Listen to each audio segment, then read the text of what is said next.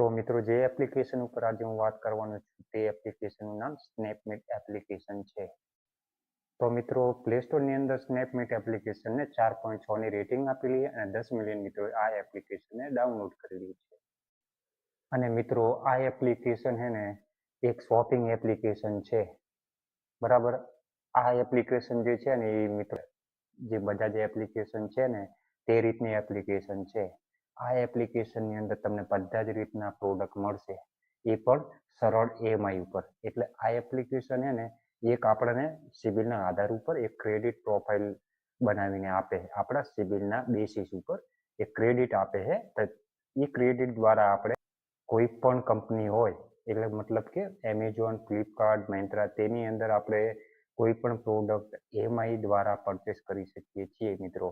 આ રીતનું કામકાજ કરે છે સ્નેપમીટ એપ્લિકેશન.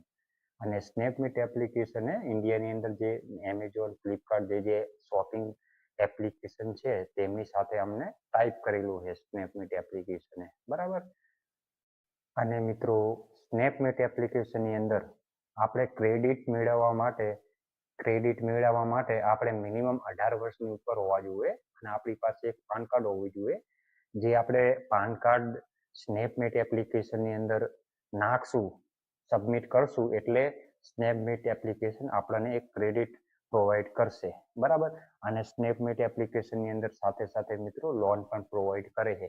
તો તેનું આ રીતનું એક્ઝામ્પલ આપેલું જ છે. તો તમને હું કહું કે સ્નેપમીટ એપ્લિકેશનની અંદર આપણે 40,000 રૂપિયાની લોન લેશું તો એનું ટેન્યુર જે છે ને 3 મહિનાથી માંડી અને 12 મહિના સુધીનું છે.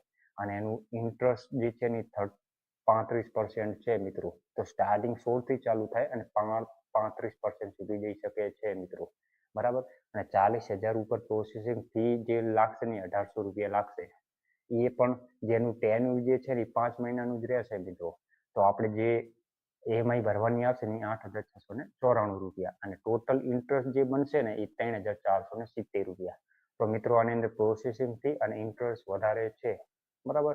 તો લોન લેવી હોય તો ઓછા રેન્જમાં લોન લેજો, કેમ કે આની અંદર ઇન્ટરેસ્ટ અને પ્રોસેસિંગ ફી વધારે.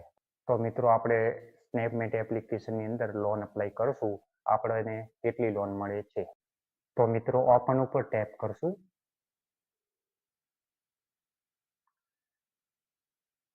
તો મિત્રો આ રીતનું ઇન્ટરફેસ આવશે.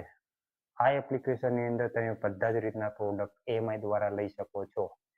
તે પછી અહીંયા 3 લીટી જે 3 ડોટ જે છે ને તેના ઉપર ક્લિક કરશું.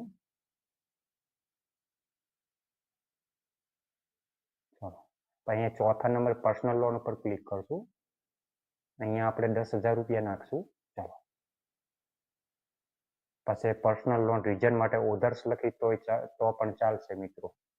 તે પછી વેરીફાઈનું જે લખેલું છે ને તેના ઉપર ટેપ કરશું. બરાબર. અહીંયા મિત્રો જોઈ લો, પ્રોસેસિંગ ફી આપણી 500 રૂપિયા લાગશે અને અહીંયા 3 મહિના માટે અને એક 5 મહિના માટે 2 EMI રહેશે મિત્રો. તો ચલો કન્ફર્મ ઓર્ડર ઉપર ક્લિક કરશું.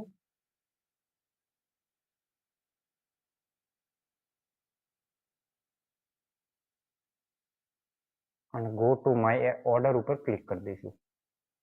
જો મિત્રો આપણો ઓર્ડર લાગી ગયો છે 10,000નો. બરાબર.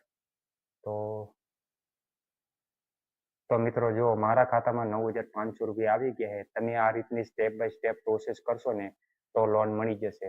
કેમ કે આની અંદર બેસિક ઇન્ફોર્મેશન નાખવાની આવશે મિત્રો. તો એકદમ ઈઝી છે આ એપ્લિકેશન લોન લેવા માટે.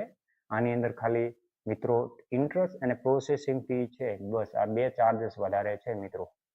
તમારે ઓછા રેન્જમાં પૈસા લેવાના, 5,000 છે, 10,000 એટલા સુધીની રેન્જમાં તમે લઈ શકો છો. બરાબર.